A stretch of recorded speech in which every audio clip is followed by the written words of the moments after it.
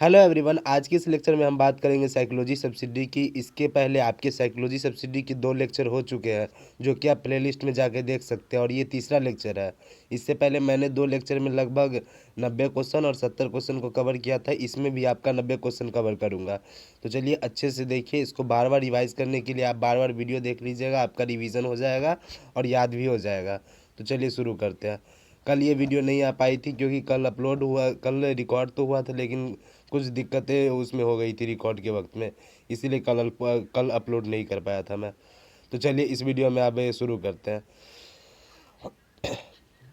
तो पहला क्वेश्चन है, मनोविज्ञान का जनक किसे माना जाता है? तो इसका आंसर होगा वुंट। दूसरा में है, मनोविज्ञान का तात्पर्य है? तो इसका आंसर होगा व्यवहार। फिर तीसरे क्वेश्चन में, मनोविज्ञान की सबसे एक पुरानी विधि कौन सी है? तो अंतर्निरीक्षण। चौथे में है, निम्नलिखित में से कौन सा मनोविज्ञान का सबसे अधिक वैज्ञानिक विधि है? तो इसका आंसर होगा ग, प्रयोग करना। उसके बाद क्या है? उसके बाद है, स्नायु मंडल की सबसे छोटी इकाई है? तो इसका आंसर होगा न्यूरॉन। उसके बाद छठे में है, ध्यान डैश निर्धारित होता है? तो इसका आंसर होगा घ, उपयुक्त सभी से, आवश्यकता, तीव्रता और वस्तु के आकार से। कोकिलिया डैश का अंग है? तो किसका अंग है? कान का अंग है। उसके बाद प्रतिवर्ती क्रिया निर्धारित होता है? तो इसका आंसर होगा सुषुम्ना, सुषुम्ना से। उसके बाद है, कॉर्निया डैश का अंग है? तो वो आँख का अंग है। उसका निम्नलिखित में से कौन सा रंग दृष्टि का सिद्धांत है? तो इसका आंसर होगा विरोधी प्रक्रिया सिद्धांत। किसने दृष्टि का तीव्र सिद्धांत विकसित किया था? तो यंग होमहोल्ज ने। किसने प्रत्यक्षीकरण का गेस्टाल्ट सिद्धांत विकसित किया? तो उसका आंसर होगा वर्दाइमर। निम्नलिखित में से कौन सा एक प्रत्यक्षीकरण की विशेषता है? तो इसका आंसर होगा घ। कौन होगा इसका आंसर? घ, उपयुक्त सभी। उसके बाद प्रत्यक्षीकरण का अर्थ है? तो इसका आंसर होगा क, उद्दीपन प्लस सही ज्ञान। निम्नलिखित में से कौन सा सीखने की व्यवस्था है? तो विशेषता है? तो इसका आंसर होगा उपयुक्त सभी। व्यवहार में परिवर्तन यह अपेक्षाकृत स्थायी होता है। अभ्यास के कारण व्यवहार में परिवर्तन, ये तीनों होगा। उसके बाद 16 नंबर क्वेश्चन की बात की जाए तो किसने सीखना के क्लासिकल अनुबंधन सिद्धांत को विकसित किया? तो पावलव ने। निम्नलिखित में से कौन सा सिद्धांत कौन स्थान सिद्धांत के प्रतिपादक है? तो इसका आंसर होगा हेमहोल्ज। मानव श्रवण का विस्तार है? तो इसका आंसर होगा 20 से 20,000 हर्ज। विभर्म यानी है कि हेलुसिनेशन में उद्दीपन व्यवस्थित उपस्थित होता है। प्रयत्न और भूल सिद्धांत को विकसित किया था? तो इसका आंसर होगा क, थॉर्नडाइक ने। उसके बाद 21वें नंबर में है, निम्नलिखित में से कौन सा प्रत्याचनात्मक संगठन का परिधीय नियम है? तो इसका आंसर होगा घ, उपयुक्त सभी। दिवा स्वप्न का उदाहरण है? तो इसका आंसर होगा सोलिन चिंतन। बिंब संकेत प्रत्यय आदि के मानसिक परिचालन को कहते हैं? तो चिंतन। मनोविज्ञान की प्रथम प्रयोगशाला डैश में स्थापित हुई? तो लिपजिंग में स्थापित हुई थी। अंतर्निरीक्षण विधि के संबंध में निम्न में से कौन सा कथन सही है? तो इसका आंसर होगा क, प्रयोग एवं प्रयोगकर्ता ही होते हैं। उसके बाद अंतर्निरीक्षण विधि को कहा जाता है? तो आत्मगत विधि। किसने अंतर्निरीक्षण को मनोविज्ञान की विधि के रूप में विकसित किया था? तो इसका आंसर होगा टिचनर।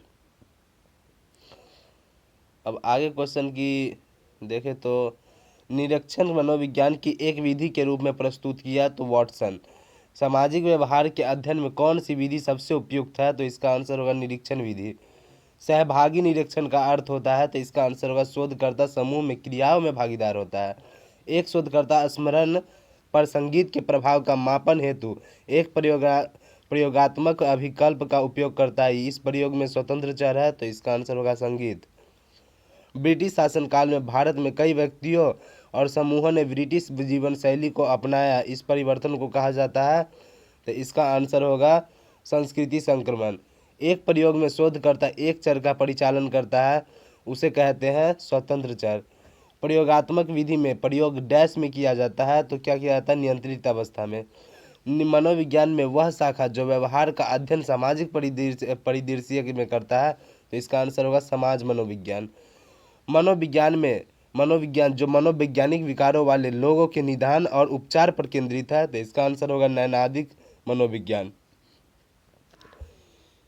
किस प्रकार के मनोवैज्ञानिक विषय के नवजात अवस्था में प्रौढ़ावस्था का अध्ययन करता है तो इसका आंसर होगा विकासात्मक। उसके बाद मनोविज्ञान डैश है, तो मनोविज्ञान एक सामाजिक विज्ञान है।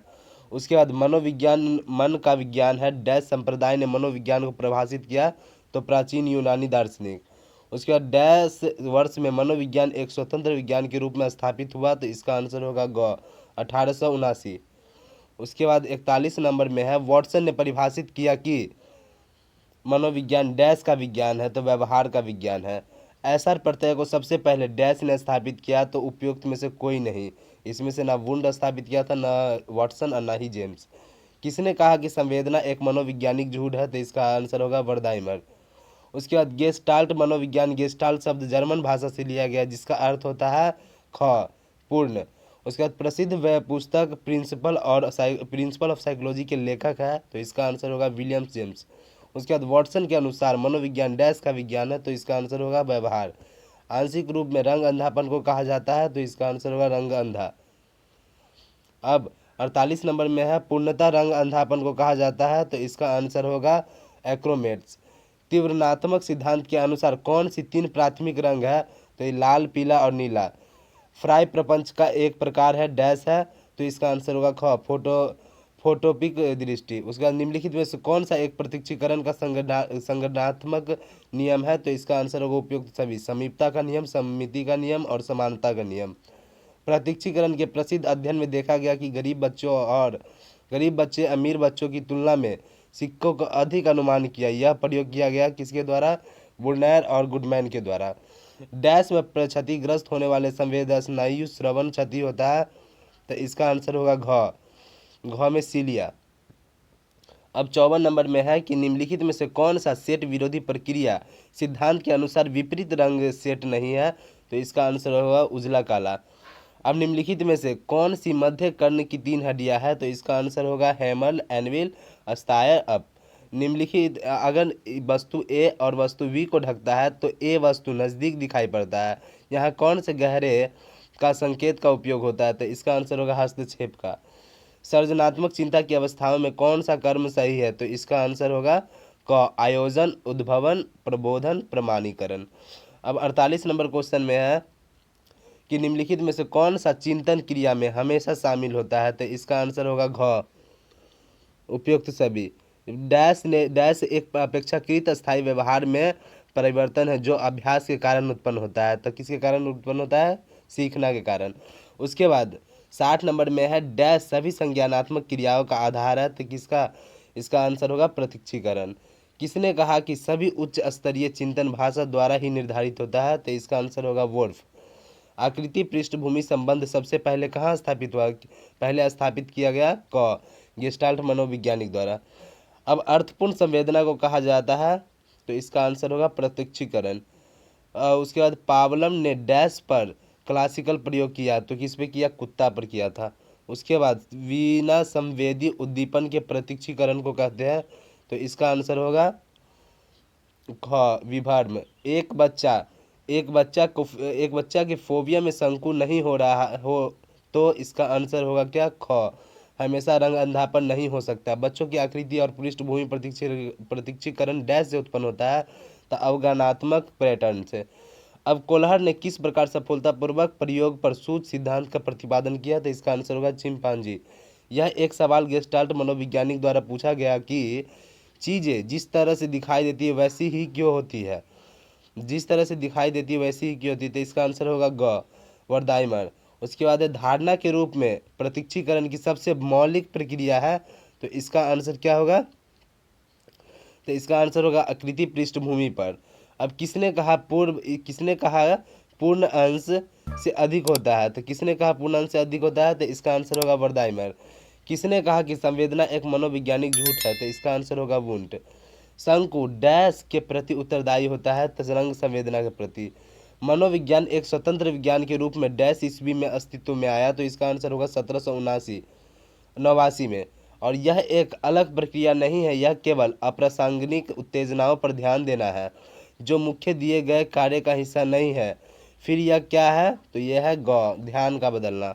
अब 76 नंबर क्वेश्चन में क्या है, तो देखिए विरुचि एक प्रकार की अनुकूल प्रक्रिया है जिसका प्रयोग होता है व्यवहार चिकित्सा में। अब सीखना एक बहुत उपयोगी नियम है जिसके द्वारा नई अनुक्रिया को मजबूती प्रदान किया जाता है, तो इसका आंसर होगा प्रबलन। सतत प्रबलन अनुसूची में प्रत्येक अनुयुक्त अनुक्रिया है, तो इसका आंसर होगा क, प्रबलित होता है। प्रबलन की कौन सी अनुसूची एक अनुपात अनुसूची है जिसमें अनुक्रियाओं का अनुपात के प्रबलन को बताती है, तो इसका आंसर होगा निश्चित अनुपात अनुसूची।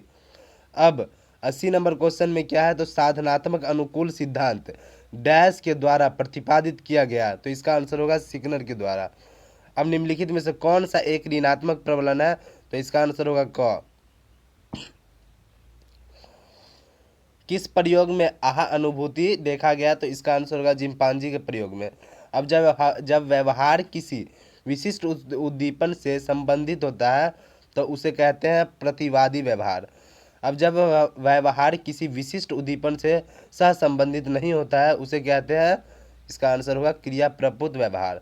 अब हम में कितनी ज्ञानेंद्रियाँ होती है, तो ये तो 5 है, ये तो याद ही रहता है।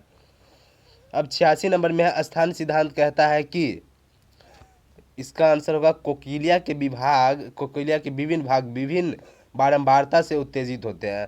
अब मोहन को बाएं मध्य कर्ण में मामूली क्षति हुई है, किस उपचार के उसकी श्रवण क्षमता को वापस लाया जा सकता है, तो श्रवण यंत्र से। अब निम्नलिखित में से कौन सा दृष्टि संवेदना के प्रति उत्तरदायी है, तो इसका आंसर होगा क।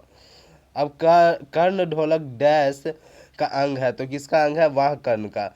अब किसने बारंबारता सिद्धांत का प्रतिपादन किया, तो इसका आंसर होगा क। इसी के साथ आपका ये सेट 3 भी खत्म होता है, सेट सी। अब आपके 2 से 3 सेट और आएंगे जो कि आपको आज ही मिल जाएंगे, ठीक है। एक आज ही मिलेगा, कम से कम 2, और उसके बाद एक बच जाएगा तो एक कभी करा देंगे। और कल से आपका हिस्ट्री और पॉलिटिकल साथ में चलेगा। तो यार इसी के साथ मस्त रहो, व्यस्त रहो और ऐसे ही वीडियो देखते रहिए। और अपना क्लास जो इंग्लिश ऑनर्स का उसको अच्छे से ध्यान दीजिए, और उसमें एक बात याद रखिएगा, उसमें एक्सप्लेनेशन वाला वीडियो जरूर देखिएगा, क्योंकि अगर आप लाइन नहीं पहचानिएगा तो वहाँ पे आप राइटर का नाम गलती कीजिएगा, तो आपका पूरा का पूरा गड़बड़ हो जाएगा, ठीक है। वहीं से आपका समझ में आ जाएगा कि आप पढ़े नहीं हैं, तो वही देखा जाता है सबसे पहले। तो इसी के साथ यार मस्त रहो, व्यस्त रहो और पढ़ाई करते रहो। मिलते हैं नेक्स्ट वीडियो में।